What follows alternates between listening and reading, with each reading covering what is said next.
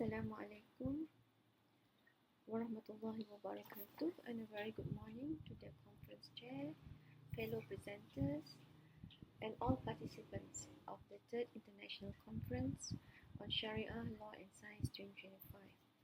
I am Dr. AFIDA MASTURA ARIF from the Faculty of Human Ecology, University Putra, Malaysia. It is truly an honor to be here today to share our presentation titled Crossing Borders, Legal Responses to Phone Scams in the Asia-Pacific Region. As we all know, phone scams and online fraud are no longer isolated national issues. They have become borderless crimes that exploit gaps between jurisdictions, legal systems, and enforcement agencies. Today, my presentation will explore how Malaysia, Singapore, and Australia are responding to this growing threat through their legal frameworks and institutional coordination. Okay, so this is my presentation background, outline. Okay, and maybe I should start with the background on phone scams. Right, so when we talk about phone scam, it involves scammers impersonate authorities, for example, the police, bank officers, or government officers through phone calls. The aim is to trick victims into transferring money or revealing sensitive data. So it is run by organized international syndicates with evolving tactics. The use of AI-generated voices, spoof numbers, and also deepfake, which makes calls sound so real. The impact on the victims, huge financial losses, and also emotional distress. So beware, because everyone can be targeted, even those are educated or tech-savvy individuals. Alright, so next, we'll have a look at the types, prevalence and types of phone scams in Asia-Pacific region. So let's have a look at Singapore. We can see here that the total loss for first half of 2025 in regard to a phone scam is 456.4 million Singapore dollar. So for government agency impersonation losses, 126.5 million. And the common channels are phone calls and WhatsApp, and the scammers usually impersonate as government and bank officers. So in Australia, losses from phone-based scams in 2024 is around Australian dollar 107.2 million. There is an emerging trend. For example, live stream extortion scams. This is using deepfake, of course.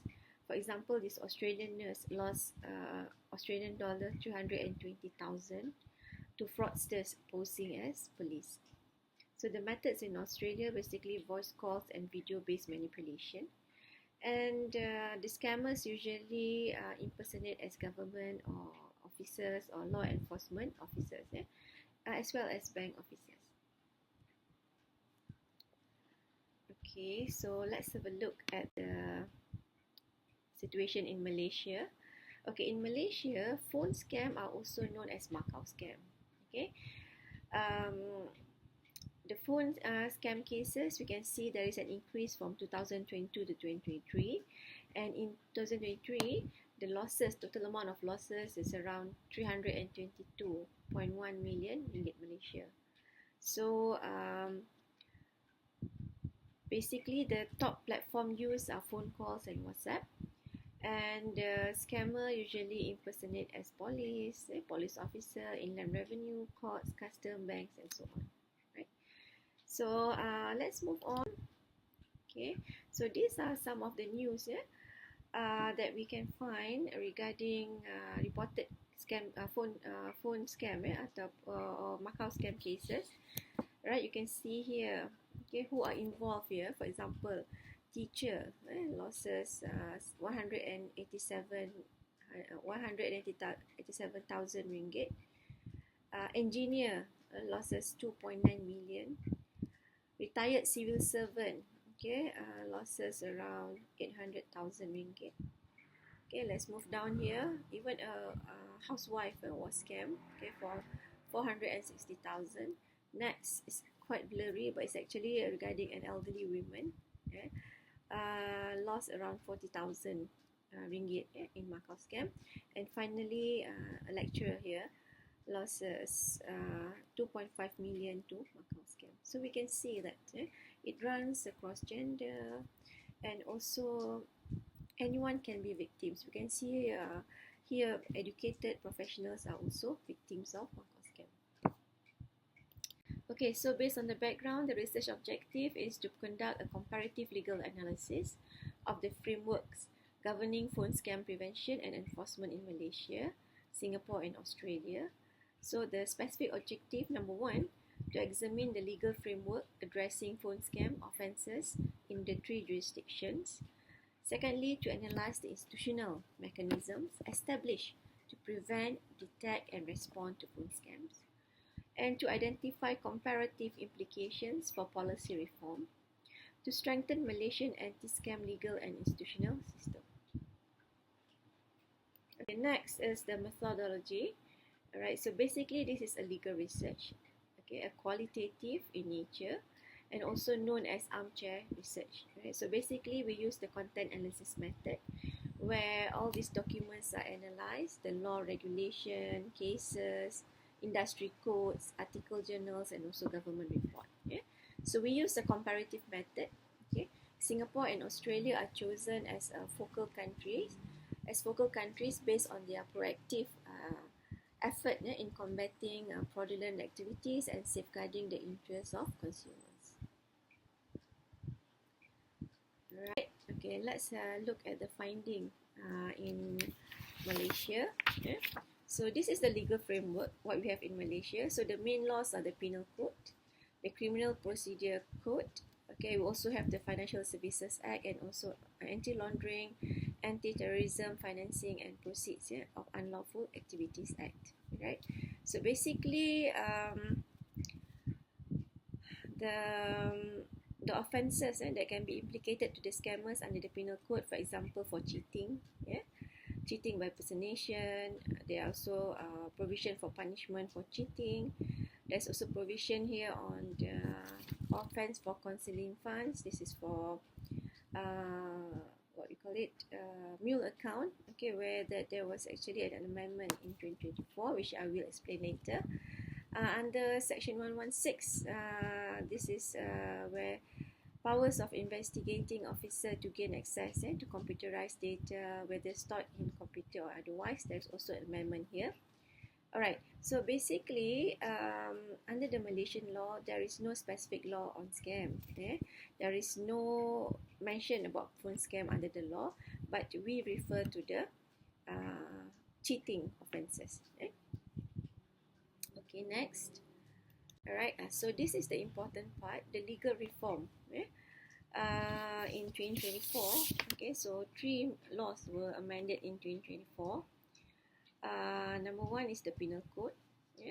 So it focuses on mule account. Okay, so there are 4 new sections, 424A, B, C, and D.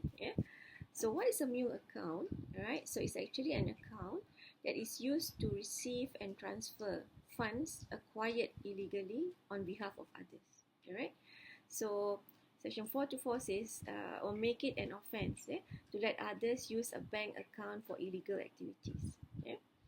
And 424B, target accounts used to receive or transfer scam money.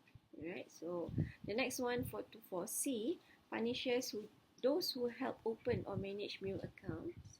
424D, expand the law to include e-wallet, prepaid cards and other digital payment methods. Alright. So next we have the Police Act. This is the substantive law. So it expands the police power to seize or block funds linked to scams and mule account. For the CPC, Section 116D, this is amended in October, allows officers with the rank of sergeant and above to freeze or prohibit transactions in suspicious accounts during investigation, right? So how the reform fights back phone scam in Malaysia? First, okay, targeting the mule accounts. Second, wider digital coverage. Okay, so it includes e-wallet, prepaid cards, and other online payment tools. Faster enforcement, where police can freeze scam funds instantly, and also victim protection, okay, where this provision also can enhance or quicker investigation. Okay? So that's the case in Malaysia. So what we have in Singapore, okay, Singapore also have their own law, right? You can see the Penal Code, Consumer Misuse Act, okay, the Payment Services Act. But what I'm going to emphasize today is on the new law, what we call the Protection from Scams Act 2024, right? So Part 3 and 4 introduces suspicious transaction blocking orders, empowering the Central Bank of Singapore, Monetary Authority Singapore, and also IMDA, this is the Infocom Media Development Authority, okay, to freeze suspect funds and direct telecom companies to suspend scam link lines and URLs, right? So this is a game changer, right? Because there is the real-time disruption and prevention. It shifts from post-crime prosecution to mid-crime disruption. So basically, it is preventive in nature, right? So this is the critical improvement in Singapore. Okay, the next one is in Australia. Okay, Australia also have their own legal framework. We can see this, their Criminal Code Act, the Australian Communication and Media Authority Code, the Australian Consumer Law, and also the Telecommunications Act, right? So what I'm going to emphasize today, the game changer is the Australian Communication and Media Authority, ACMA, right? So they have this Scam Code 2023, which requires telecom providers to block scam calls or SMS proactively and verify sender IDs and report detection data to ACMA, right? So this is the game changer in Australia, where what happened is that, okay, it focuses on prevention, prevention at source. It moves scam prevention from voluntary effort to mandatory compliance. So it shifts the responsibility to the industry to stop scam before they reach the public. So that is in Australia. Okay, let's move on to the findings on objective number 2. Okay, so this is on the institutional framework. Okay, so there are 5 aspects that we are going to look into here. Okay, so number 1 is regarding the central coordinating body. So Malaysia, Singapore, Australia have their own coordinating body. For in Malaysia, we call it the NSRC, National Scam Response Center, established in 2022. Okay, so the victims or consumer can call this number 997, okay, to report scam cases. In Singapore, they have Singapore Anti-Scam Command, right? And under this body, they have the police, they have the bank, central bank, and also the Infocom just now, Infocom Media Development Authority, IMDA. In Australia, the body is called National Anti-Scam Centre. Alright, so each country have their own financial regulator, alright. They also have their telecom regulator, MCMC, IMDA, and ACMA. Okay, so all the jurisdiction also have a consumer redress mechanism. Okay, for example, in Malaysia, we have the OFS, Ombudsman for Financial Services. In Singapore, Financial Industry Dispute Resolution Centre, and in Australia, Australian Financial Complaints Authority. Alright, so all these institutions, they also conduct education to consumers, okay, through public awareness campaign. Okay, so in Malaysia, the campaign is Tak Nak Scam.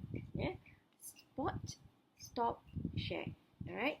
In Singapore, they have this Scam Shield. Okay, let's fight scam. So what is this? Okay, it's also an awareness campaign, but they also have this Scam Shield app. Okay, they have this app that help filter scam messages and block down scam calls. Yeah? And in Australia, they have this scam watch, stop, think, protect. All right, so this is the findings for objective number 2, institutional framework. Okay, now, so we arrive to the third objective, implications of findings for Malaysia. All right, so I've divided into all the stakeholders.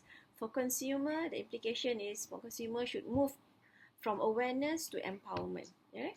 So consumer must always be alert and prioritize self-protection in daily activities. Okay, we cannot rely on the government to protect us, but we need to protect ourselves. Okay, so be extra cautious when receiving calls and install apps that can identify unknown calls and block spam calls. Right?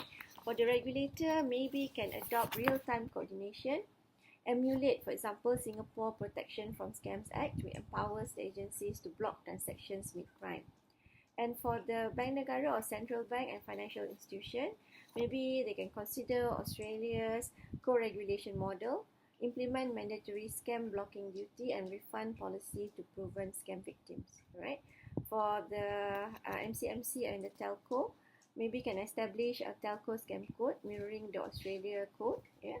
Mandatory call or SMS blocking, sender ID verification, and maybe can collaborate with banks for cross verification alerts before large funds transfers. Okay, for the government and policymakers, okay, maybe they can move beyond coordination to integration. What we have now in Malaysia is coordination.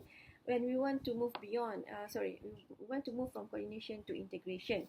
For example, maybe we can have a specific act, for example, like Scam Response Act, that merges legal authority, regulatory power, and also consumer protection.